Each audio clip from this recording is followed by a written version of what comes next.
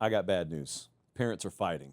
You and I are upstairs. Dear God, please make us a bird so we can fly far, far, far away. Why? Because downstairs there's shouting and there's loud noises and there's stuff shattering against the wall, and mother and father are at each other's throats, but we're not supposed to know about it because we're the kids upstairs.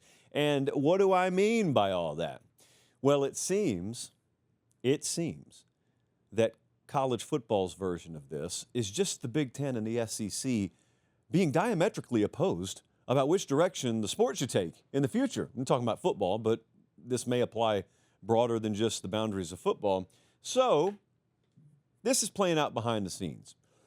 It's supposed to play out behind the scenes. They don't necessarily want you to know about all this, but it wouldn't be ethical for me to have knowledge of such things and keep it from you. I mean, after all, who would want that? So,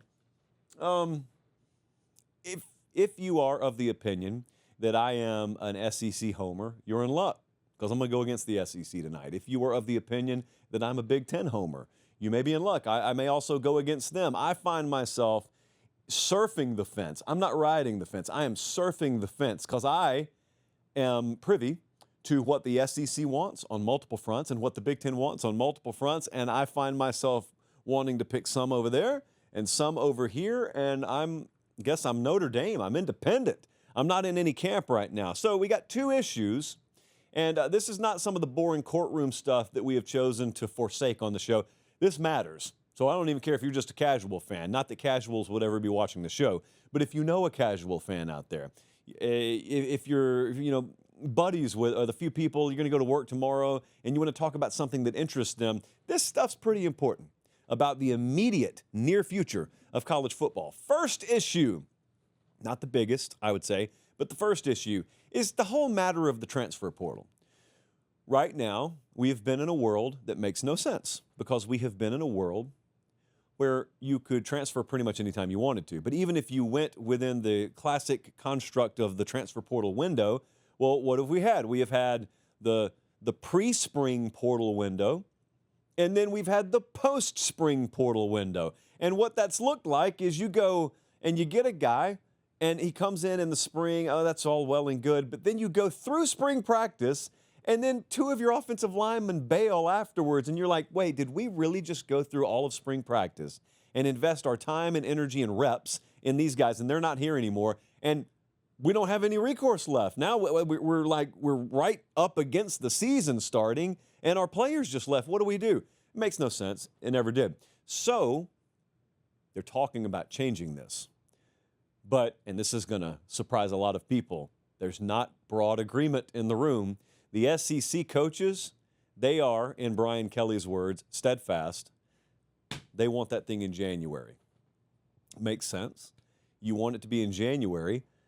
Kirby Smart speaks every time that we have him on the show about this.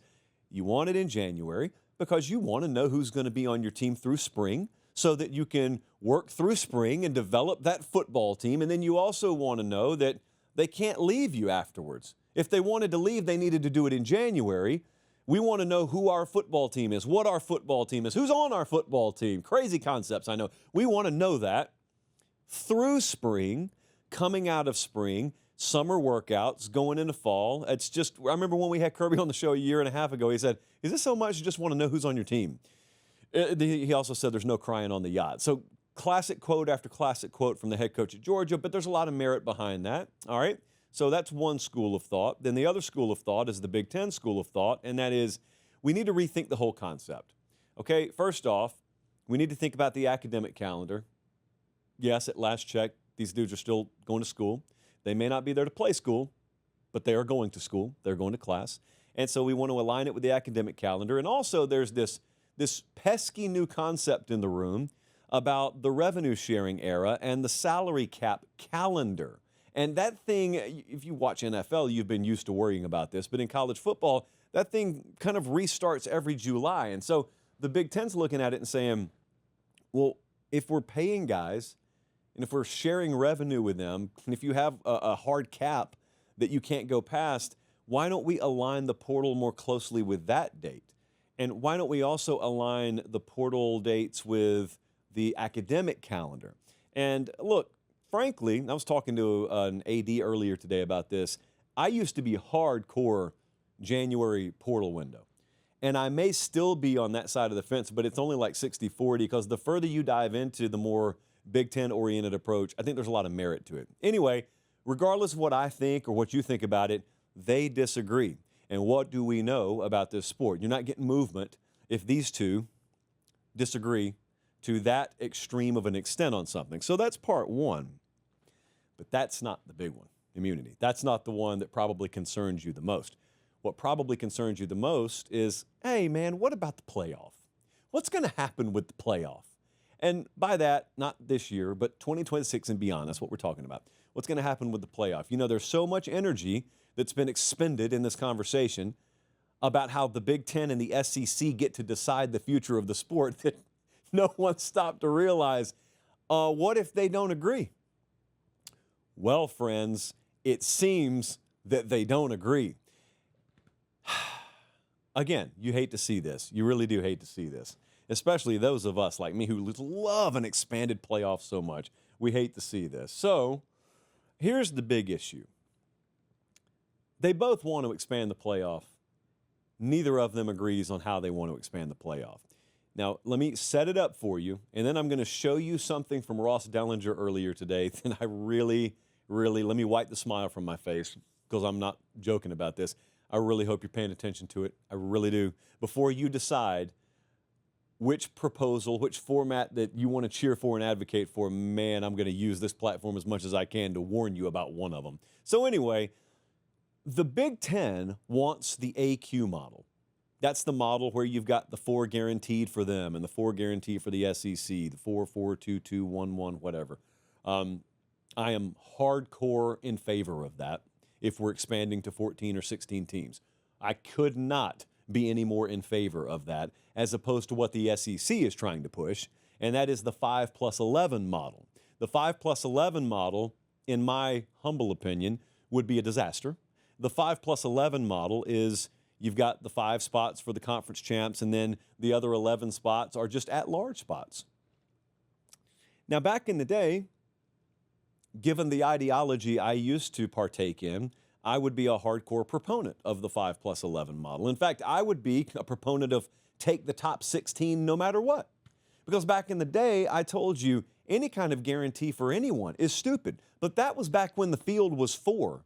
Or we thought playoff expansion meant only 6 or 8. Once you get past that, if you're going AQ, all you're doing is building a giant safety, or if you're going just at large spots, you're going to giant safety net. That's what you're building under the sport. And you're just letting folks know, go ahead and lose a quarter of your games. It doesn't matter. You'll be in. Anyway, the SEC wants one of them. The Big Ten wants the other one. Now, hey, quick timeout. Check and see if you're subscribed to the channel. If you're not, make sure you do. It's free. It doesn't obligate you or sign you up for anything. It just helps us keep the channel free. All right, back to the show.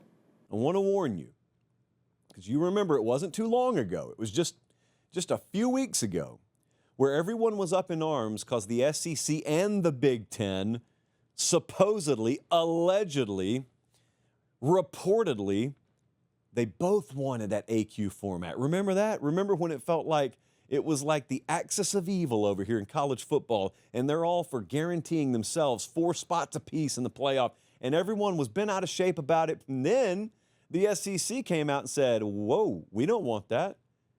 We actually want the 5+11 model. Did you notice how that happened? We talked about it on the show once, but were you ever curious about why one would want one and the other would want the other? With that in mind, as I tell you why I think the 5+11 would be a disaster, I just want to remind you of something. Status quo is not going to maintain itself. And I don't mean the playoff format. Of course, the playoff format's going to change. At least we think it is. We just don't know what the format's going to look like. I'm not even talking about the playoff format. As you decide which of these formats you're a bigger proponent of, you need to remember the selection process itself is about to change. And if the SEC being in favor of the 5+11 model doesn't already make sense to you, I'm about to make it crystal clear why the SEC wants the 5+11.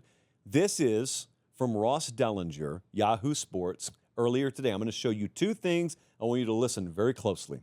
Quote, Clark, he's talking about Rich Clark and the college football playoff staff have spent the last several weeks studying ways to create data points to be used in playoff selection that are more heavily weighted on a team's strength of schedule, even using outside mathematicians and data analysts to assist in the endeavor. I've reminded you of this a few times.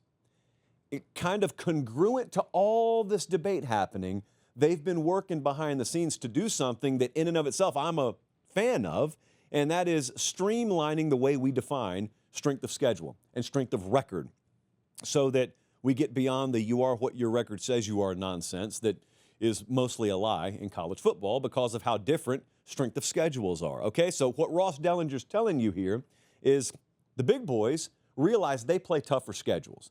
Therefore, they're more likely to have losses on their resume than a team that's pretty good that runs through a G5 schedule. And they're looking at it and saying, we need to be able to better define what a 10-2 means here versus a 10-2 there when it comes to playoff selection. And on its surface, I got no problem with that. But here's what you need to understand. That right there is the gateway for the SEC in a 5+11 model, getting 6, 7, 8 teams, getting half the field in the playoff in any given year. Because as you know, the SEC already plays a very difficult schedule every year.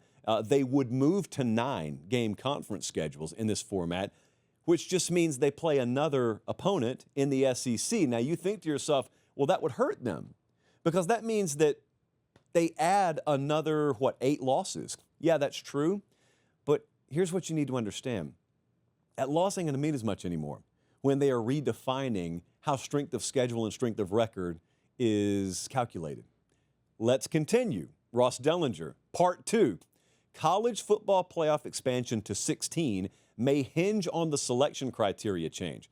What he's saying is the SEC, in fact, I'll just continue reading. He tells you what he's saying. You don't need me. He continues. The SEC's move towards an AQ-heavy format was stymied as pushback from even its coaches shifted the league to a format with a bigger at-large pool if selection criteria is adjusted. Translation, the SEC coaches looked around, the SEC ADs looked around and said, if we can redefine how the playoff committee selects the teams, if we can redefine how strength of schedule is calculated, if we can crystallize it that the SEC gauntlet is tougher to go through, and that is mathematically baked in to playoff selection, then we'd love the 5+11 format because we're going to get our conference champ in. But do you realize how many more SEC teams would litter the top 16 in this format? I'm not even against the recalibration of the strength of schedule metric per se. I'm just warning you, if you were a proponent of 5+11, you are advocating for a world where the SEC is going to dominate the playoff field. Now, if you want that, okay.